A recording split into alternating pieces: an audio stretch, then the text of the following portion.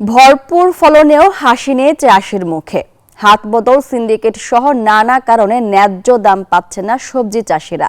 উৎপাদন খরচের অর্ধেকেও না ওঠায় দুশ্চিন্তায় তারা। অথচ কৃষকের কাছে কেজি প্রতি 4 থেকে 5 টাকার সবজি ভোক্তার কাছে গিয়ে ঠেকে 30 থেকে 40 টাকায়। কৃষকের ন্যায্য মূল্য নিশ্চিতে বাজার ব্যবস্থাপনা সহ সরকারের সংশ্লিষ্ট দপ্তরগুলোকে আরও সক্রিয় হবার পরামর্শ বিশ্লেষকদের। প্রতিনিধিদের তথ্যচিত্রে বিস্তারিত জানাচ্ছেন সালে জহুর চৌধুরী। বগুড়ার রাজাপুর গ্রামের কৃষক আনোয়ার তার 2 বিঘা জমিতে লাগান 10,000 পিস কপি, যার প্রতি পিস কপির উৎপাদন খরচ 8 থেকে 10 টাকা হলেও বিক্রি করতে হচ্ছে 4 থেকে 5 টাকায়। এতে উৎপাদন খরচ তো দূরে থাক, ক্ষেত থেকেই হাট বাজারে পণ্য নিয়ে আসার খরচ তোলাই কঠিন হয়ে পড়েছে।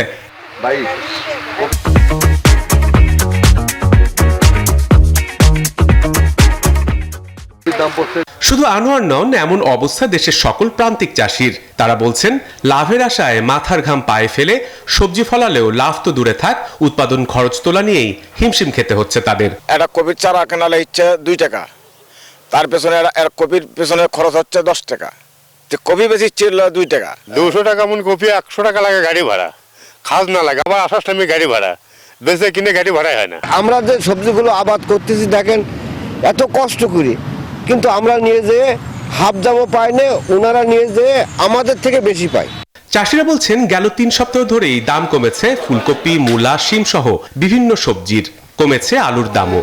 পরিপক্ক হওয়ায় জমিতে রাখা যাবে না, বাধ্য হয়েই তাই কম দামে বিক্রি করতে হচ্ছে হাট বাজারে। বিঘায় 50 শতকে 90,000 টাকার মতো খরচ হয়, 90,000 থেকে 1 লাখ। কিন্তু বর্তমান বাজার পড়ে যাওয়ার কারণে বিক্রি হচ্ছে বিঘা প্রতি 70,000, 65 থেকে 70,000। এখন আলু বিক্রি হচ্ছে মাত্র 16 টাকা 17 টাকা। তাহলে আমরা কৃষকরা কিভাবে টিকে থাকবো? এদিকে বছরের পর বছর কৃষকের এমন দুর্গতির কারণ হিসেবে বিপণন অব্যবস্থাপনা, সিন্ডিকেট, হিমাগার স্বল্পতা সহ বাজার অব্যবস্থাপনাকে দুষছেন বিশ্লেষকরা। একই সময় সব কৃষক একই ফসল চাষ করার কারণে যখন হারভেস্ট হয় তখন দাম কমে যায়। দ্বিতীয় কারণটা হলো আমাদের বাজার ব্যবস্থাপনা একেবারেই দুর্বল, আমাদের ট্রান্সপোর্টেশন কস্টও হাই।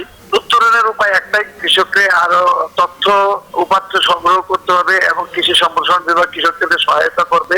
কৃষকের লাভের জন্য রপ্তানি প্রক্রিয়া বাণিজ্যিকীকরণ ও বহুমুখীকরণের গতি বাড়ানোরও পরামর্শ বিশ্লেষকদের। মৌসুমের শুরুতে দাম নির্ধারণ করে দিলে কৃষক লোকসানে পড়বে না বলেও অভিমত তাদের।